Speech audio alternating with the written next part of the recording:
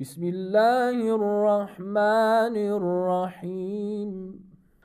Hadza balaghun linnasi waliyunzaru bihi waliya'lamu annama huwa ilahun wahidun waliyadhdhakkar ulul albab. أعوذ بالله من الشيطان الرجيم. بسم الله الرحمن الرحيم. الحمد لله رب العالمين. أفضل الصلاة وأفضل السلام على حبيبنا وحبيب إله العالمين أبي القاسم مصطفى محمد صلى الله عليه وآله وسلم وأهل بيته الطيبين الطاهرين. أقول لكم Assalamualaikum warahmatullahi wabarakatuh. Alhamdulillah, kita masih diberikan kesempatan oleh Allah Subhanahu wa taala untuk kembali mempelajari dan mengkaji teologi Islam. Para pemirsa dan pendengar yang dirahmati oleh Allah Subhanahu wa taala, kita telah membahas tentang isu-isu miring terkait keadilan Allah Subhanahu wa taala. Sebagian kelompok dari teolog muslim mengatakan boleh jadi Allah Subhanahu wa taala memberikan taklif kepada manusia yang di luar kemampuan manusia. Dan kita sudah menjawab bahwa mustahil Allah Subhanahu wa taala melakukan perbuatan tersebut karena perbuatan itu adalah perbuatan yang aib, perbuatan yang zalim, perbuatan yang tidak sesuai dengan kesempurnaan Allah Subhanahu wa taala. Dan pada kesempatan yang baik ini, insyaallah kita akan membahas tentang hikmah Allah Subhanahu wa taala dalam ciptaannya. Kalau kita membaca buku-buku teologi, maka ada serangkaian persoalan yang menarik kita bahas terkait dengan hikmah Allah Subhanahu wa taala. Meskipun kita sudah membahas hikmah Allah Subhanahu wa taala, tapi kita belum membahas tentang isu-isu miring yang muncul atau dilontarkan terkait dengan hikmah Allah Subhanahu wa taala dalam ciptaannya. Sebelum kita jauh membahas tentang hikmah Allah Subhanahu wa taala, kita harus mengingat terlebih dahulu tentang pembahasan kita sebelumnya, karena ini sebagai landasan kita untuk bisa menjawab isu-isu miring tentang hikmah Allah Subhanahu wa taala. Kita sudah sempat membahas bahwa Allah adalah zat yang sempurna. Dan ketika Allah adalah zat yang sempurna, maka hanya perbuatan sempurnalah yang akan dilakukan oleh dirinya. Dan perbuatan yang tidak sempurna tidak akan mungkin dilakukan dan dikerjakan oleh Allah Subhanahu wa taala. Zat yang sempurna pasti keluar dari dirinya perbuatan yang sempurna. Orang yang baik pasti dia akan berbuat baik. Tapi orang yang hatinya jahat pasti akan berbuat kejahatan. Jadi ada sinkronisasi, ada kesesuaian antara fa'il yang berbuat dan perbuatan itu sendiri. Makanya kalau Allah adalah zat yang sempurna, zat yang baik, maka hanya perbuatan sempurnalah dan baiklah yang akan dilakukan oleh Allah Subhanahu wa taala. Dalam pembahasan hikmah Allah Subhanahu wa taala dalam ciptaan, itu ada dua pendapat yang terkenal di kalangan teologi Islam. Pendapat yang pertama adalah pendapatnya Adliyah. Adliyah adalah mazhab Imamiyah dan mazhab Mu'tazilah. Mereka meyakini bahwa Allah Subhanahu wa taala ketika menciptakan sesuatu pasti memiliki tujuan. Ketika Allah Subhanahu wa taala berbuat sesuatu pasti memiliki tujuan. Allah menciptakan manusia, pasti Allah memiliki tujuan. Allah menciptakan alam semesta, pasti Allah memiliki tujuan. Kenapa? Karena Allah adalah zat yang mulia dan hanya perbuatan mulialah dan sempurnalah yang dilakukan oleh Allah Subhanahu wa taala. Menurut kelompok Adliyah, berbuat sesuatu tanpa tujuan adalah perbuatan yang aib, perbuatan yang buruk dan tidak layak dilakukan oleh zat yang hakim, zat yang bijak, zat yang maha berilmu. Kalau seandainya dalam dunia manusia saja kita mencela seseorang yang berbuat sesuatu tanpa tujuan, maka ini pun akan berlaku pada diri Allah Subhanahu wa taala. Kalau Allah berbuat sesuatu tapi tanpa ada tujuan, maka Allah adalah zat yang tercela dan ini jauh dari zat Allah Subhanahu wa taala. Allah Subhanahu wa taala adalah zat yang suci dari segala kekurangan. Makanya kelompok Adliyah meyakini setiap perbuatan yang dilakukan oleh Allah Subhanahu wa taala pasti memiliki tujuan. Kelompok yang kedua adalah Asy'ariyah. Asy'ariyah meyakini bahwa Allah Subhanahu wa taala ketika menciptakan sesuatu atau berbuat sesuatu tidaklah memiliki tujuan. Jadi berbeda 180 derajat dari apa? Pendapatnya Adliyah. Asy'ariyah meyakini kalau Allah Subhanahu wa taala berbuat dengan tujuan, maka Allah itu membutuhkan kepada tujuan itu sendiri. Ketika Allah Subhanahu wa taala berbuat atau menciptakan sesuatu dengan tujuan, artinya Allah itu ingin sempurna dengan tujuan itu sendiri.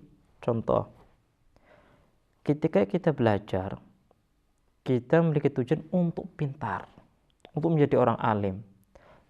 Menjadi orang alim atau pintar itu apa? Itu maslahatnya kembali kepada diri kita sendiri. Sebelum kita menjadi orang alim, kita adalah orang bodoh. Jadi kita tidak memiliki kesempurnaan. Ketika menjadi orang alim, kita sempurna. Artinya, kalau kita melakukan sesuatu, mengerjakan sesuatu, memiliki tujuan, kita akan sempurna dengan tujuan itu sendiri.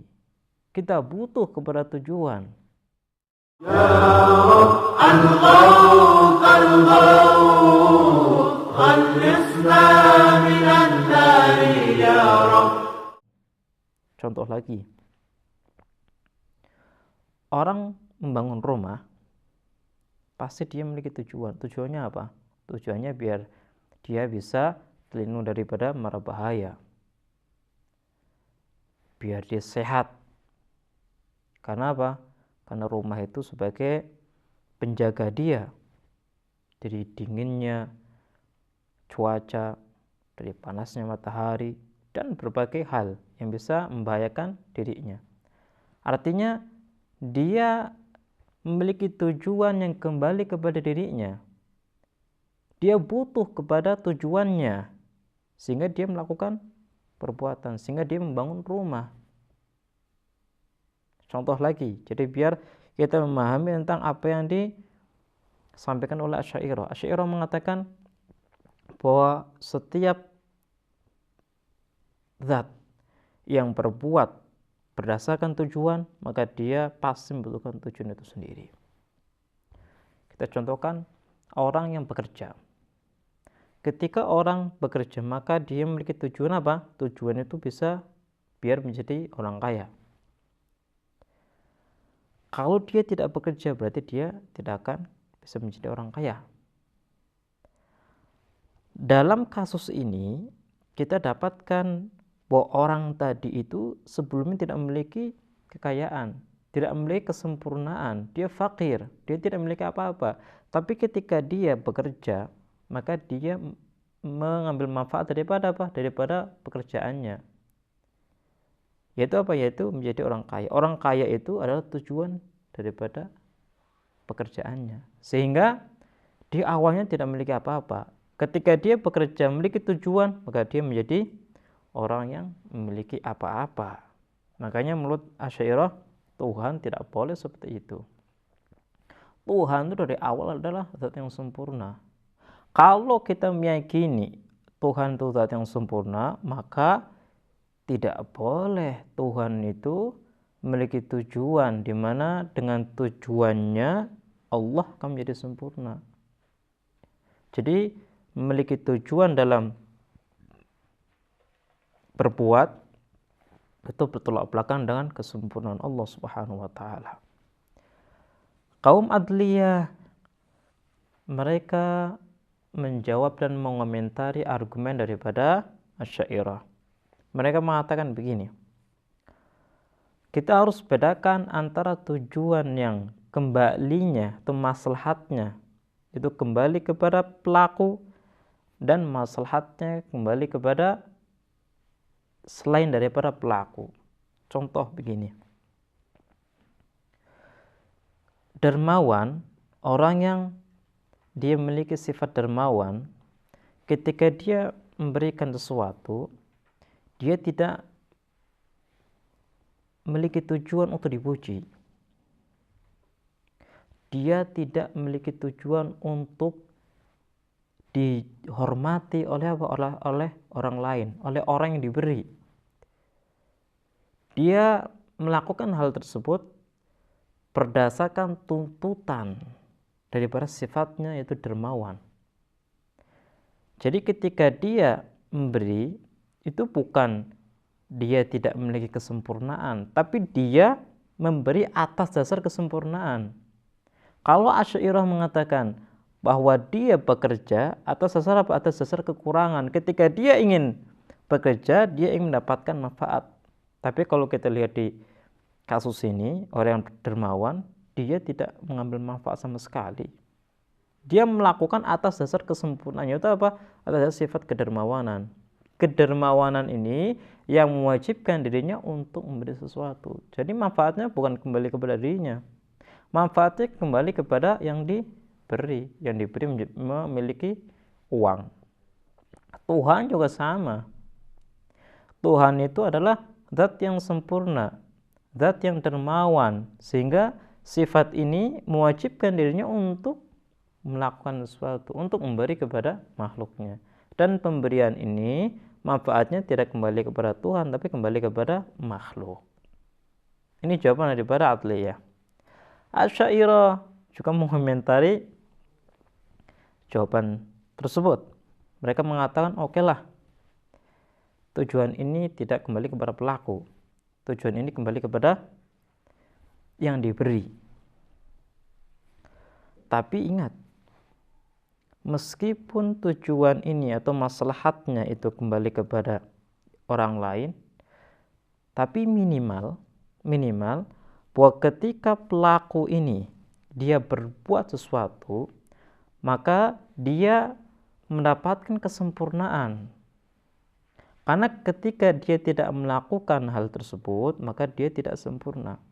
Jadi kesempurnaan pelaku tergantung dengan perbuatannya, tergantung dengan dia memberi atau tidak.